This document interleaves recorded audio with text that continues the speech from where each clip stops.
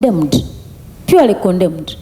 Then you are telling us in the next budget you've been allocated money. For how long have you known this problem? A foreign mission, they condemn a structure where our embassy is living. Condemning a structure. Somebody is forcing you to leave. Then does that speak to diplomacy? What kind of diplomacy is that? In Ottawa, when you see the pictures of the buildings, honorable colleagues, how I wish, auditor, how I wish you had given us colored pictures of this, because this black and white cannot. Where is the original? Do you have originals of this?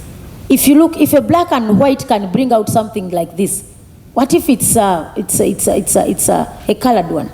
It's an embarrassment. Do you need to wait to be chased out of something so that you can start constructing?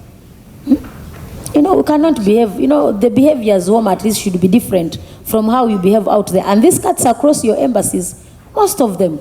There is, you know, diplomacy. When you look for diplomacy in our embassies, really, we run short of the standards in most of our embassies. I agree with you that you told us you are going to rationalize. You are looking out on how to reduce them. But still, this is a very big embarrassment. Chair. Yeah, then somebody made a comment that you people were blessed to have a president who did not study, but he made critical decisions in terms of placing your embassies in a prime locations. Yeah, that's true.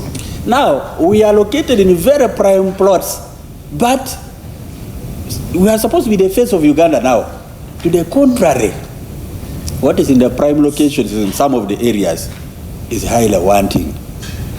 How I wish you could be able to parade before this committee a plan and a strategy, long-term strategy, on how you are going to refurbish these places, so that it's known out of a list of maybe 100 or 120, 150 embassies, everybody should know when you are going to attend to them, because you'll have already done the needs assessment to know who is bad off as we speak right now, and the next is going to be so and so.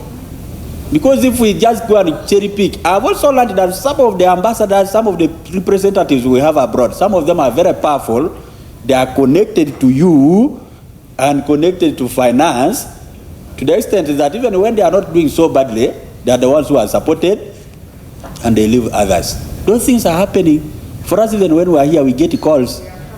And honorable colleagues, when you look showing those dilapidated structures, the Chancellor had been condemned by the authorities and were threatening eviction. An embassy, you threaten an eviction. I don't know how that letter looks in a foreign country. An embassy, Ugandan embassy, getting an eviction letter. And they will put on BBC, you see? CNN, Al Jazeera, then UBC later.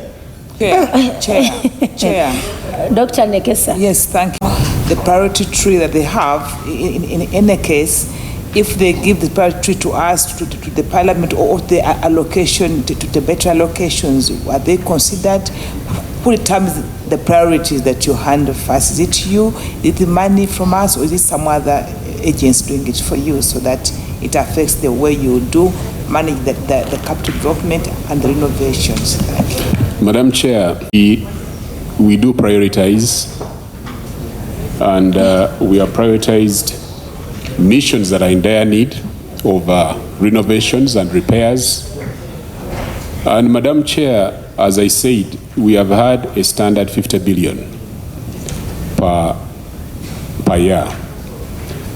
And we did take a comprehensive paper to Cabinet and made some proposals on how we can actually take care of our properties abroad. In that paper, we made a proposal, and it will be coming to Cabinet, rather to Parliament, that can we use the resources that we pay for rent on a regular basis in some of these areas to actually do what we termed as rent to own in some places, so that we mitigate, because as you'll appreciate, Chair and honorable members, government of Uganda does pay accommodation for each and every diplomat. Now, if we decided to take a mortgage or mortgages where they are acceptable, in capital Z is acceptable, I think we would have had a whole range of accommodation and we go out of renting, and therefore have sufficient resources for us to be able to repair the buildings that we have. Where is the challenge? It's not just the missions, even ministries. We have a building, our headquarters, that was generously donated to us by the Chinese government. We have been struggling with our colleagues in finance to have resources regularly for maintenance of a building just here next door. So much so that at one point the lifts broke down for almost a month. Now this is a place that has diplomats coming in on a regular basis. So the issue of maintenance, why you see this building here in Copenhagen is owned by government of Uganda. So is the Ottawa one. But we don't have resources for maintenance year in, year out. Yes. So let him first submit. We need to address the issue of maintenance of these structures that we have, such that we don't wait for it to dilapidate to where it is. These flags have been raised over and over again.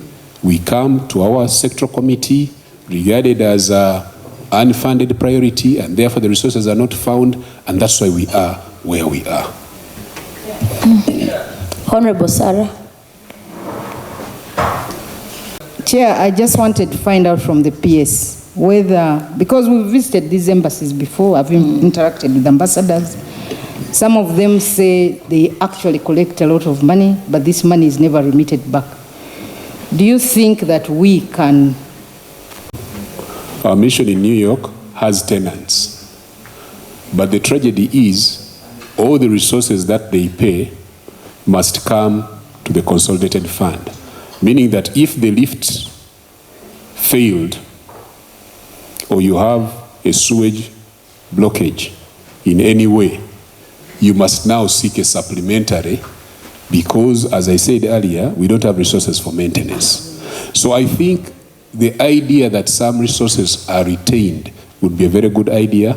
It would need certainly Parliament to amend the Public Finance Management Act, which prescribes that all NTR should go to the consolidated fund.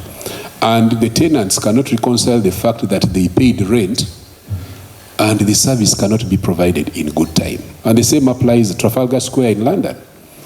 So we need actually to have a mechanism where some resources are maintained by the mission to be able to do the day-to-day repairs that are required.